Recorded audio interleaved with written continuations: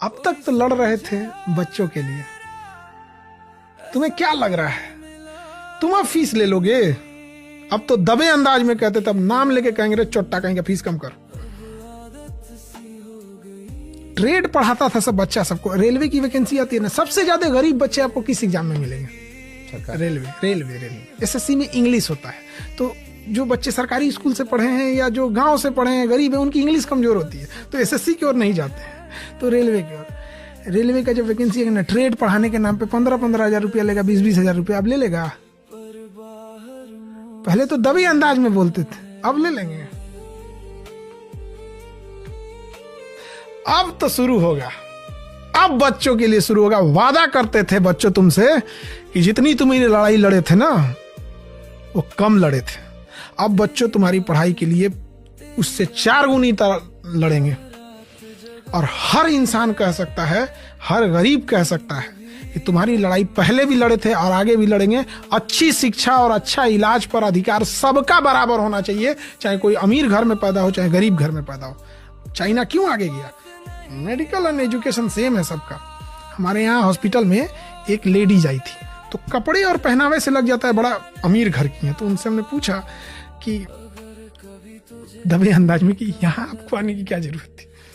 तो कहे कि सुनने में आया है ना कि आपकी मशीन बड़ी एडवांस है। तो जब उनका चेकअप हो गया तो उनका डिस्काउंटेड रेट लगा, लेकिन इसके अलावा भी वो पैसा दे के चली गई, कही कि डोनेशन में डाल दो। तो हमको ऐसा क्यों कर रही है?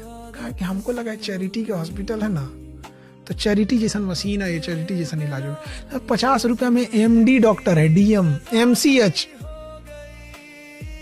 एमसीएच वाला ना, हमारे यहाँ एक तो एमसीएच डॉक्टर है, जनरल सर्जरी से मारते ना, पूरा दहिया खोल के रख देते हैं, इसे बकरा देखे और लटकते, ओकरों से खतरनाक लटका देते हैं।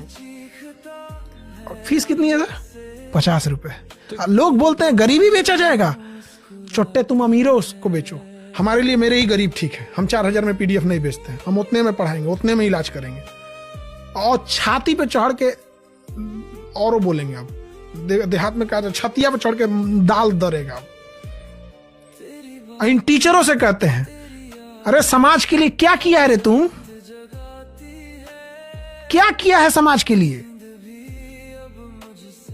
अरे हम रहे ना रहे, अस्पतालवा जिंदा रहेगा हमेशा के लिए। रतन टाटा है नहीं, लेकिन आज भी टाटा मेमोरियल हॉस्पिटल में लाखों कैंसर मरीज का इलाज होता है। हमारा कैंसर का, मैं आपको पता है रक्षाबंधन आने वाला है। पिछले रक्षाबंधन में एक लड़की ने कहा था कि मेरे लिए कैंसर हॉस्पिटल खुलवा दीजिएगा, उसके पिताजी को कैंसर था।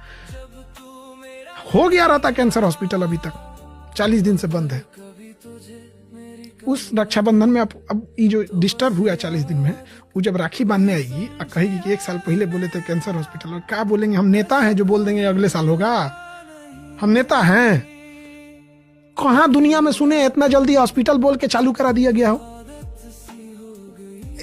दरभंगा एम्स में 12 साल में गेटे बना है। कहां सुने हैं कि जो इंसान ने बोला है 3 महीना बाद इलाज चालू हो गया हॉस्पिटल में?